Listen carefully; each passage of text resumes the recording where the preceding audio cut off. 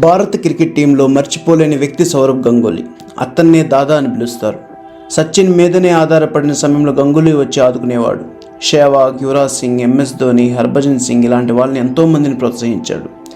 Bharat cricket number 1 స్థానానికి తీసుకెళ్లడానికి గంగూలీ వల్లనే సాధ్యమైంది.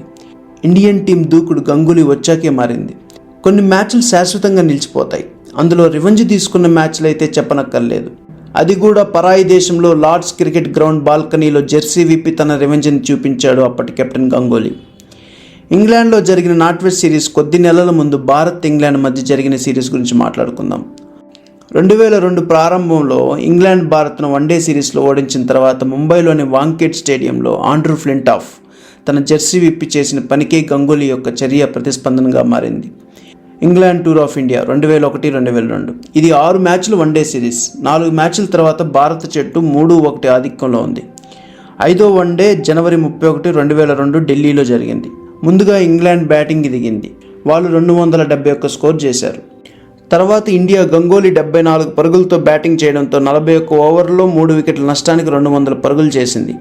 దురదృష్టవశాత్తు దాదా అదే ఓవర్లో అతని వికెట్ కోల్పోయాడు. తర్వాత పతనం ప్రారంభమైంది. ఆ మ్యాచ్లో భారత్ కేవలం 2 పరుగుల తేడాతో ఓడిపోయింది.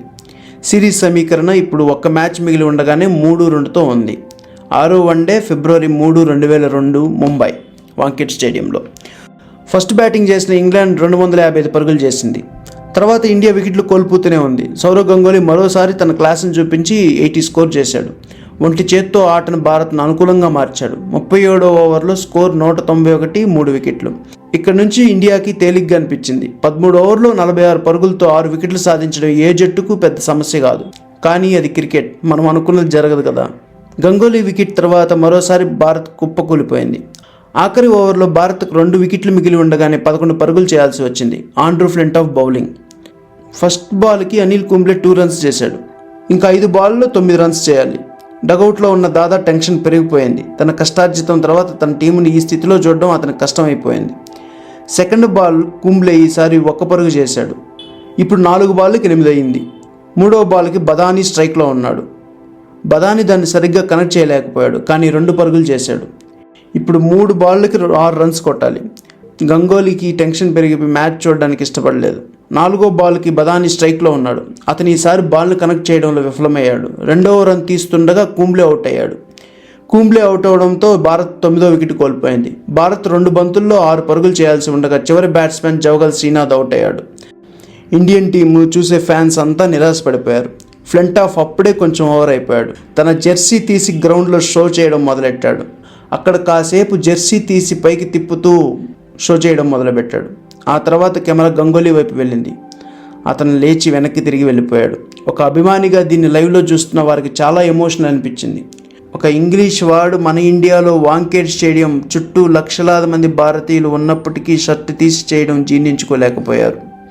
సిరీస్ కైవసం చేసుకునేందుకు తన సత్తా చాటిన సౌరవ్ గంగూలీ వరుసగా 2 సార్లు ఫెయిల్ అయ్యాడు. ప్రెజెంటేషన్ వేడుకలో గంగూలీ ఎమోషనల్ అవ్వడం కూడా జరిగింది. కర్మ అనేది ఒకటి ఉంటుంది కదా.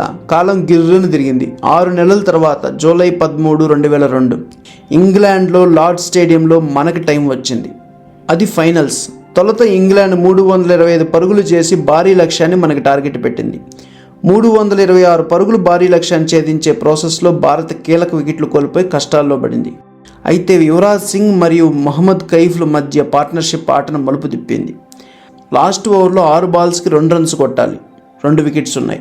అదే ఫ్లింటాఫ్ నార్త్ వెస్ట్ సిరీస్ ఫైనల్లో చివరి ఓవర్ బౌలింగ్ చేస్తున్నాడు. మరియు దాదా మళ్ళీ లార్డ్స్ బాల్కనీలో ఊపిరి బిగబట్టుకొని కూర్చున్నాడు. క్రీజ్లో జహీర్ ఖాన్ అండ్ కైఫ్ ఉన్నారు. ఫస్ట్ 2 బాల్స్ డ్రాప్ అయ్యాయి. టెన్షన్ పెరిగిపోయింది. జహీర్ ఖాన్ ఆన్ స్ట్రైక్ డైరెక్ట్గా కాళ్ళ మీద వేశాడు. జహీర్ ఖాన్ దాన్ని అతి కష్టంతో 2 రన్స్గా మార్చాడు. ఇంకా మన ఆనందాలకు హద్దులు లేవు. వెంటనే బాల్కనీలో ఉన్న గంగూలీ లేచి తన జెర్సీ తిప్పి ఆండ్రూ ఫ్లింటాఫ్కి మరియు ఇంగ్లాండ్కి వాళ్ళ దేశంలోనే రిటర్న్ గిఫ్ట్ ఇచ్చాడు. ఆ రోజు అతను తన జెర్సీ తీసివేసి చేసిన సంబరం, దూకుడుగా ప్రతీకగా నిలిచిన ఆ క్షణం భారత క్రికెట్ చరిత్రలో ఐకానిక్గా నిలిచింది. గంగూలీ యొక్క చర్య కొంతవరకు తిరిగి చెల్లించడం మరియు విదేశీ పరిస్థితుల్లో భారతదేశం సాధించిన విజయానికి ప్రతీకాత్మకమైన వేడుకగా అనిపించింది. ఆండ్రూ ఫ్లింటాఫ్కి సరైన గిఫ్ట్ ఇచ్చినట్టయింది. ఆ రోజుల్లో భారత్ క్రికెట్ చరిత్రలో ఇది అత్యంత చర్చనీయాంశంగా మిగిలిపోయింది. ఇలాంటి వీడియోల కోసం ఈ ఛానల్ సబ్స్క్రైబ్ చేసి నన్ను ప్రోత్సహించండి. మళ్ళీ మరొక టాపిక్తో మీ ముందుకు వస్తాను. సెలవు.